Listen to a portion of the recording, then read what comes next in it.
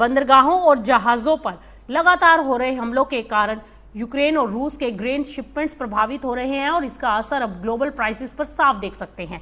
Reports के अनुसार वैश्विक अनाज कीमतें करीब 3 साल के ऊपरी स्तर के आसपास पहुंच गई हैं और बाजार अब इस आशंका को कीमतों में शामिल करने लगा है कि ब्लैक सी से सप्लाई डिसरप्शन अगर लंबे समय तक रहा तो दुनिया को बड़ी एक्सपोर्ट शॉर्टेज का सामना करना पड़ सकता है और यहाँ सबसे बड़ा दबाव गेहूं बाजार पर दिखाई दे सकता है।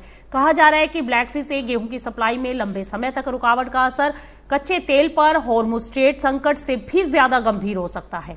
अब यूक्रेन की तस्वीर को आप देखिए। अगस्त में यूक्रेन का ग्लोबल एक्सपोर्ट पिछले साल की समान अवधि के मुकाबले करीब 75% लुढ़का है।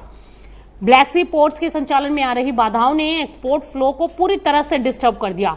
यूक्रेन के लिए ये संकट इसलिए भी बड़ा हो जाता है क्योंकि देश के एक्सपोर्ट रेवेन्यू में एग्रीकल्चर की हिस्सेदारी करीब 60% है। यानी अगर अनाज बाहर नहीं निकला तो इसका असर सिर्फ किसानों और ग्रेन ट्रेडर्स पर नहीं बल्कि पूरे यूक्रेनी एक्सपोर्ट सेक्टर पर पड़ सकता है।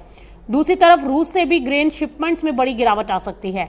सोविकॉन के अनुमान के अनुसार अगस्त में रूस करीब 22 लाख टन अनाज एक्सपोर्ट कर सकता है, जबकि एक साल पहले ये आंकड़ा 46 लाख टन था।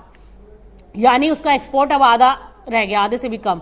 अब सबसे बड़ी चिंता का आंकड़ा सामने आता है ऑक्सफोर्ड इकोनॉमिक्स के मुताबिक। उसने भी रूस और यूक्रेन से कुल 8 करोड़ 60 लाख टन तक ग्रेन एक्सपोर्ट जोखिम में पड़ सकते हैं, ये अनुमान लगा दिया। इसमें करीब 5 करोड़ 20 लाख टन रूस के हैं और करीब 3 करोड़ 40 लाख टन यूक्रेन से हैं। इतनी बड़ी मात्रा की सप्लाई आप समझिएगा अगर ग्लोबल मार्केट में प्रभावित होती है तो अल्टरनेटिव सप्लायर्स पर दबाव बढ़ना तय है। लेकिन यहाँ भी चुनौती है कि यूक्रेन के लिए रेल और डैन्यूब जैसे अल्टरनेटिव रूट्स मौजूद हैं, लेकिन उनकी कैपेसिटी नहीं है। अनुमान के मुताबिक अतिरिक्त क्षमता उपलब्ध होने के बाद भी ये वैकल्पिक रास्ते करीब 1 करोड़ 70 लाख टन तक ही अनाज संभाल सकते हैं। यानी अगर ब्लैक सी पोर्ट लंबे समय तक बंद रहा, नहीं खुला, तो पूरी सप्लाई को दूसरे रास्तों से निकालना भी आसान नहीं है। यही वजह है कि अब ग्लोबल ग्रेन मार्केट में सबसे बड़ा सवाल उठ रहा डिमांड का नहीं, एक्सपोर्ट लॉजिस्टिक का है। आने वाले दिनों में अगर पोर्ट ऑपरेशन सामान्य नहीं हुए तो नई फसल के पीक शिपिंग सीजन में भी एक्सपोर्ट सप्लाई सीमित रहेगी, जिसका मतलब ये होगा कि ब्लैक सी की परेशानी जितनी लंबी खींचेगी ग्लोबल ग्रेन मार्केट पर उतना ही सप्लाई का प्रेशर बनेगा और इसका सीधा असर आपको गेहूं, मक्का और दूसरे अनाजों की अंतर्राष्ट्रीय कीमतों पर देखने को मिलेगा।